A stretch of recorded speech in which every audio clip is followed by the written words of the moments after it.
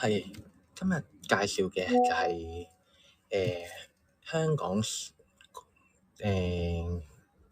施工比較常用嘅膠類。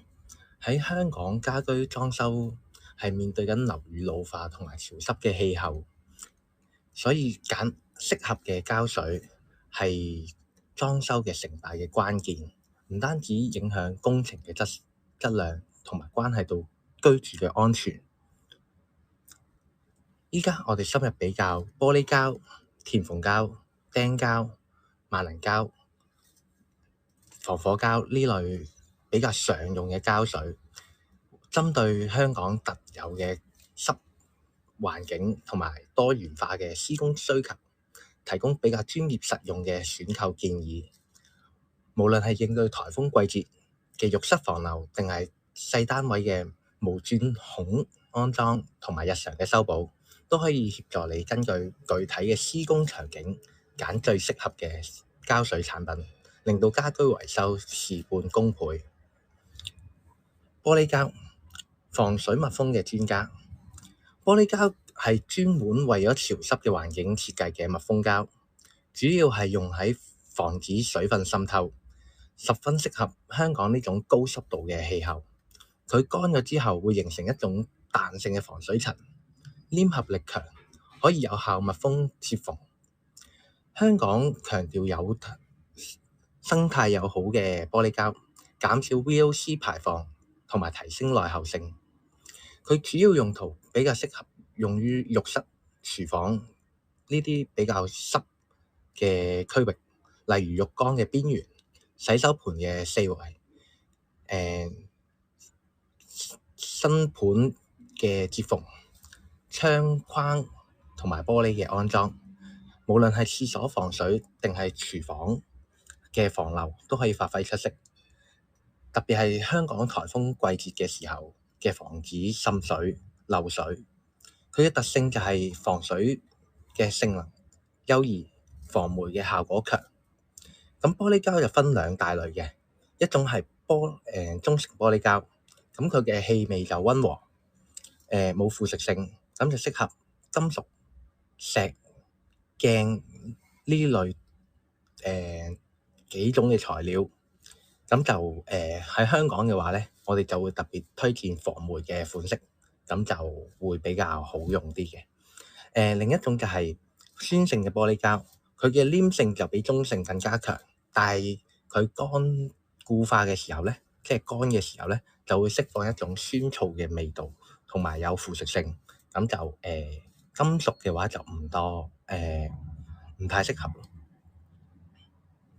第二種填縫膠，佢係乾燥嘅時候嘅，即係乾嘅區域嘅修補嘅達人嚟嘅。填縫膠就係專注係填補牆身嗰啲裂縫啦。佢嘅彈性強，可以適應香港建築物嘅輕微移動，可以防止裂縫嘅擴大。佢就唔似玻璃膠咁樣咁防水，但係乾燥咗之後咧，可以上油漆，咁就可以完美咁融入家居嘅裝修。咁就適合高樓裂縫嘅修補。咁佢就用途就多數用喺門框、窗框、牆角線、天花線同埋牆之間嘅裂縫，係啦。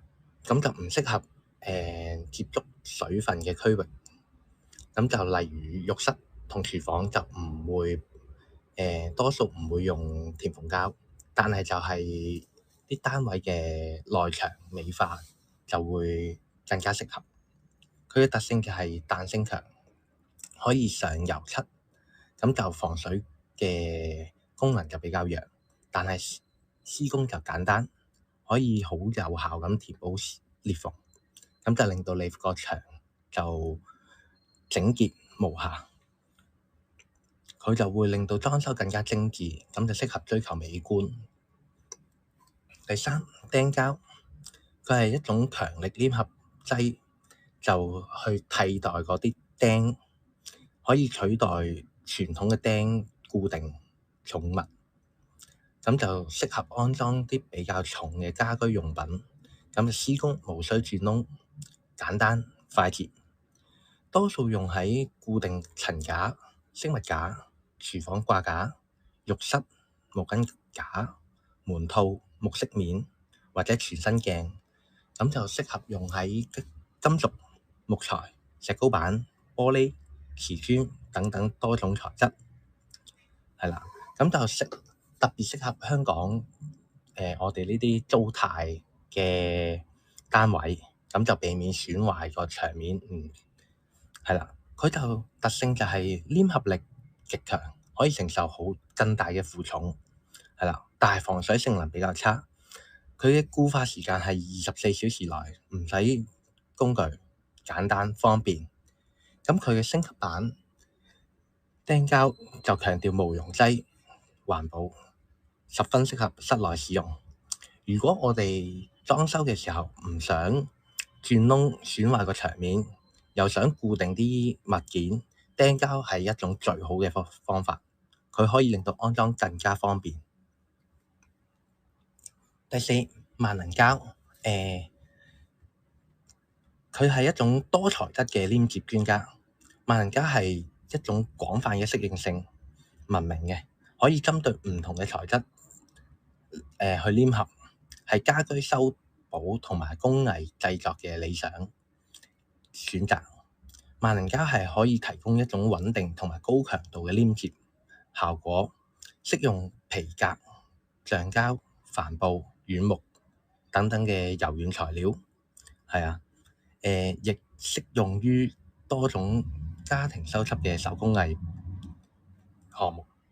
佢就特性就係多用途，係好多材料都可以用萬能膠去黏接，同埋佢係一種高強度、穩定同埋快速固化嘅一種膠水。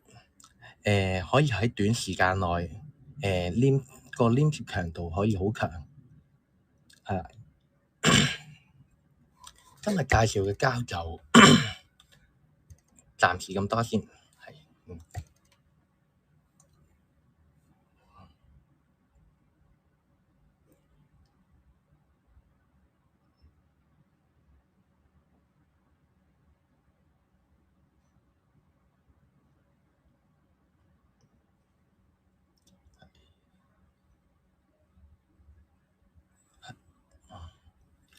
基本上，我哋工地比較常用嘅膠咧，就係呢幾款嘅膠水，係啦。咁佢就適用於唔同嘅環境，係，所以選擇嘅時候咧，亦都要根據自己嘅需求去揀一啲啱用嘅膠水，係啦。多謝咁多位。